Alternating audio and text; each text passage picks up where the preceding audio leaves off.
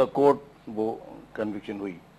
अब नाल होना, काम को न करना, ये सब कोर्ट का मसला है, अभी पूरा फैसला भी नहीं है। वो यही कह रहे हैं कि एक सिग्नल तोड़ दे ड्राइवर और किसी को कत्ल कर दे, तो कुछ भी कर you are they, not the court, you are not authority. हाँ जी, कब ये तरीका नहीं, आपके पास वकला नहीं है, आप कह रहे हैं कि समझ नहीं इनको, इनको भी समझ होनी चाहिए, इनके भी वकला है, कोर्ट को नॉक करें, उसका दरवाजा खटकाए, कोई आपके हुक्म को नहीं माना जा रहा, खुद ये थोड़ी है कि आपको, ये पिटिशनर तो नहीं थे उसमें जी, ये पार्टी तो नहीं थी उधर, तो इनको चाहिए कि फिर अगर कोई इनको तकलीफ हो रही है मुल्की लिहाज से as a citizen of Pakistan, तो they can go to the court, वहां जाए, वहां पिटिशन दाखिल करें कि आप ये आपने कन्वर्ट किया फिर भी ये काम चला रहा है।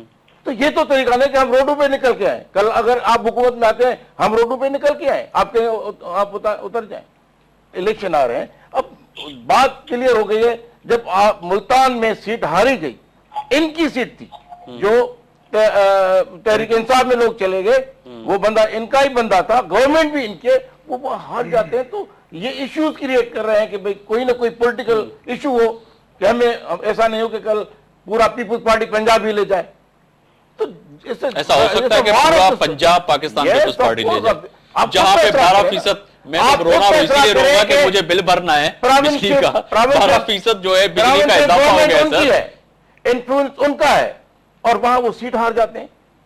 ये क्या पीपुल्स पार्टी का कमाल नहीं है, खिदमत का ये कोई बड़ा काम नहीं है ये। जी निहाल हाशमी साहब, इस पे कुछ कमेंट्स करना चाहें कि पीपल्स पार्टी का बहुत बड़ा कमाल है कि वो इस इतने फैसले आने के बावजूद मुल्तान में वो सीट जो आपकी थी और तहरीक इंसाफ में जो चले गए निहाल अपना जावेद हाशमी साहब, तो उनकी सीट इन्होंने फिर जीत ली। अच्छा, इससे पहले मैं मेरे भाई की एक बात तस्दीक कर दूं कि सुप्रीम कोर्ट और हाई कोर्ट में एक जज को कहते हैं सिंगल जज, 2 को डीवी कहते हैं और 3 को कहते हैं फुल बेंच, और इसे कहते हैं फुल बेंच लार्जर बेंच।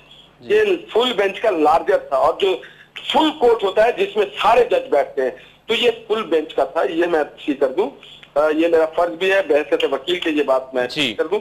जहां तक इन्होंने मुल्तान की बात की, तो हाँ 200-300 वोटों से हम हार गए, और हम उसको खुले दिल से कबूल करते हैं। उस इलाके के लोगों ने इनको वोट दिया है, हमने पीपुल्स पार्टी को तरफ नहीं किया, हमने तो कहा आप आए आकर के हुकूमत बनाए, मगर हम ये कहते हैं कि अगर वजीर आजम ही आइन की पास, अच्छा आपका इख्तिलाफ वजीर आजम के साथ है? वजीर आजम भाई आइन की पासदारी नहीं करेगा तो आम शहरी क्यों करेगा? जी, बात यह है कि आपके क्या अखाल पड़ गया आपके हाउस में, और कोई इसका अहल नहीं है कि वो लिखे, मगर वजीर आजम साहब उससे एक हाथ आगे चले गए। उन्होंने कहा मैं क्या, मेरे बाद भी जो वजीर आजम आएगा वो नहीं लिखेगा खत। हम ये नहीं कह रहे कि किसी को आप मुलजिम बनाए, हम तो ये कह रहे हैं कि पाकिस्तान की जो $60 मिलियन स्विट्जरलैंड में पड़ी है, 8 लोगों के नाम, जिसमें 2 स्विस शहरी है, 6 पाकिस्तानी है, वो पैसे पाकिस्तान वापस आना चाहिए। शाह साहब, कोई स्विस बैंक में पैसे हैं, कोई इस चीज को आपको समझ में आ रही है? जितने भी इन्होंने केसेस बनाए पाकिस्तान पीपुल्स पार्टी के खिलाफ, खुद इनके लोगों ने जो इनके मुकर किए हुए थे नैब में, उन लोगों ने माफी मांगी, पाँव पड़ के माफी मांगी जरदारी साहब से, प्रेसिडेंट ऑफ पाकिस्तान से, कि हमसे ये केस करवाए गए थे। जी, ये ऐसे झूठ के पलंदे हैं।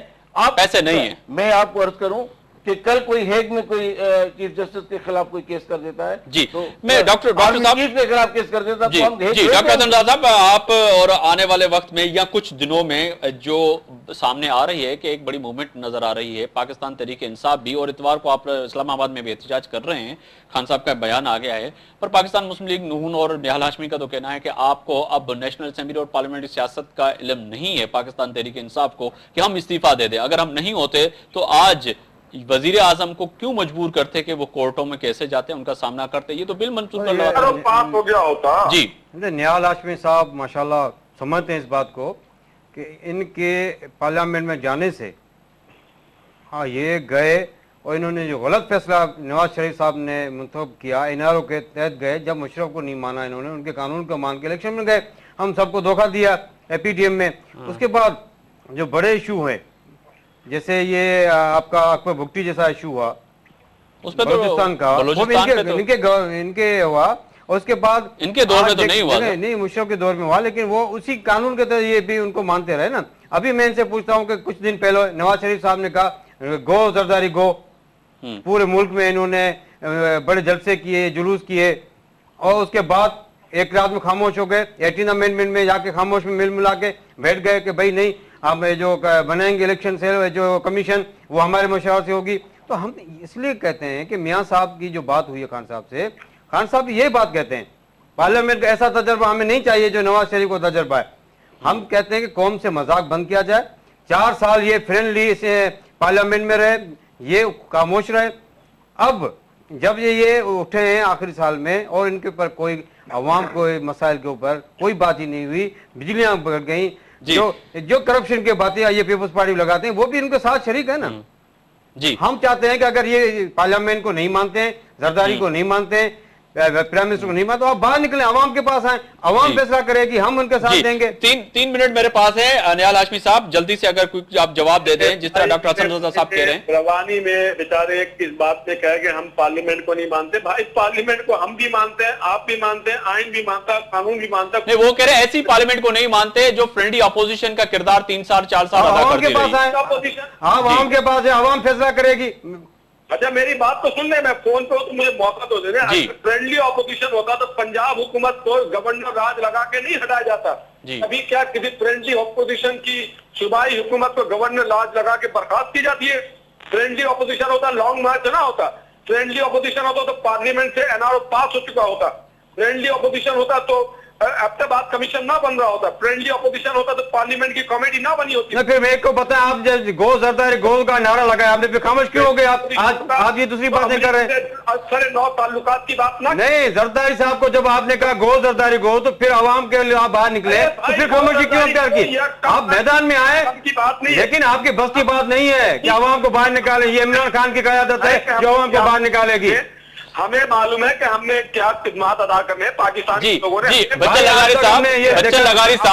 लगारी साहब सीनियर सहाफी तजर्बेकार है आप। बच्चन लगारी साहब से मैं एक सवाल करूंगा, आ रहा हूं निहाल हाशमी साहब आपकी तरफ, कि क्या अब जो लड़ाई नजर आ रही है कि अब वो हर कयादत कह रहे कि हम अवाम की कयादत है, पाकिस्तान तहरीक इंसाफ, पाकिस्तान पीपल्स पार्टी और मुस्लिम लीग नून, मुत्तहदा कौमी मूवमेंट, फंक्शनल लीग, सब लोग दावा करते हैं कि हम अवाम की कयादत जो है हमारे पास है और हम ही हैं।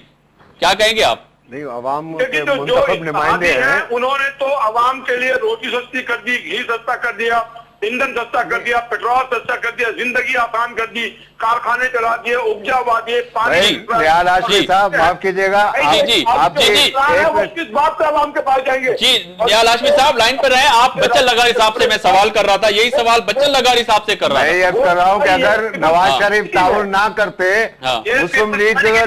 मुस्लिम लीग नवाज शरीफ ने तश्तरी में रख करके पीपुल्स पार्टी को हुकूमत दे दी। अगर पीपुल्स पार्टी अकलियत में थी, अगर नवाज शरीफ हिम्मत करते, इन्होंने जो है अब जो गुनाह किया, पीपुल्स पार्टी को लाके मुसलत किया, जो ये समझते हैं कि पीपुल्स पार्टी के खिलाफ है, अवाम हो गए हैं, अवाम को रिलीफ नहीं मिला, तो अब भी ये जो है आखिरी मरहले में जबकि कौम इलेक्शन में जाने वाली है, अब उंगली कटा करके शहीदों की लिस्ट में शामिल होना चाहते हैं। और पीपुल्स पार्टी का जो इन पे बोझ पड़ा है, जो इन पे जो है इन्होंने जो अगर मुस्लिम लीग खड़ी हो जाती, मुस्लिम लीग तमाम मुत्तहद हो जाती, मुस्लिम लीग अक्सरियत में होती और पीपुल्स पार्टी हुकूमत ही नहीं बनाती, मुस्लिम लीग हुकूमत बनाती। पीपुल्स पार्टी की मौजूदा हुकूमत की जितनी भी नाकामियां हैं उसमें मुस्लिम लीग नवाज शरीफ मुकम्मल शरीफ है। अब जो है उसको जो है अपने आप को अपना जो है आखिरी मरहले में वो पूरा जो फ्रेंडली का जो इल्जाम है उसको धोने के लिए अब इतनी तेज रफ्तारी दिखा कर है। तो अवाम इतने बेवकूफ नहीं है, अवाम दोनों की सियासतों को समझते हैं। अवाम जो 4 साल तक आप जो है उसके पंजाब में भी हुकूमत के मजे करते रहे, आप आते ना, जब आप रिजाइन करें ना, आप क्यों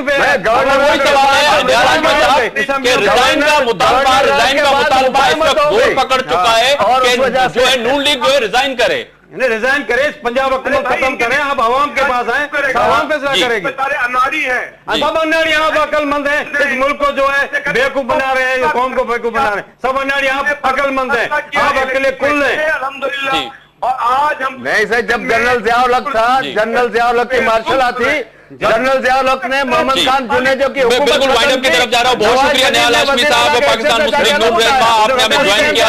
बच्चन ताजरा साहब आपका भी बहुत शुक्रिया, डॉक्टर हसन रजा साहब आपका भी बहुत शुक्रिया, बच्चन लगारी साहब आपका भी शुक्रिया और इम्तियाज शेख साहब का भी बहुत शुक्रिया जिन्होंने टाइम निकाला और हमसे बात की। पर वही सवाल आता है कि अब जो जिस तरह बचल लगारी साहब कह रहे हैं कि अब जो तेजी पकड़ी है इस वक्त पाकिस्तान मुस्लिम लीग नून की क़यादत में, ये लग रहा है कि आने वाले इलेक्शन की तैयारी हो रही है और कोशिश करे कि जिस तरह डॉक्टर हसन रजा और पीटीआई का मुतालबा है कि अब जो है कौमी असेंबली और सूबाई असेंबली से पाकिस्तान मुस्लिम लीग नून इस्तीफा देके ऐवानों से बाहर आ जाए तो मुल्क में पाकिस्तान पीपल्स पार्टी की हुकूमत नहीं रहेगी और नई हुकूमत के लिए नए इलेक्शन हो सकते हैं। इस पर आप भी सोचिएगा, मैं भी सोचूंगा। मुझे इजाजत।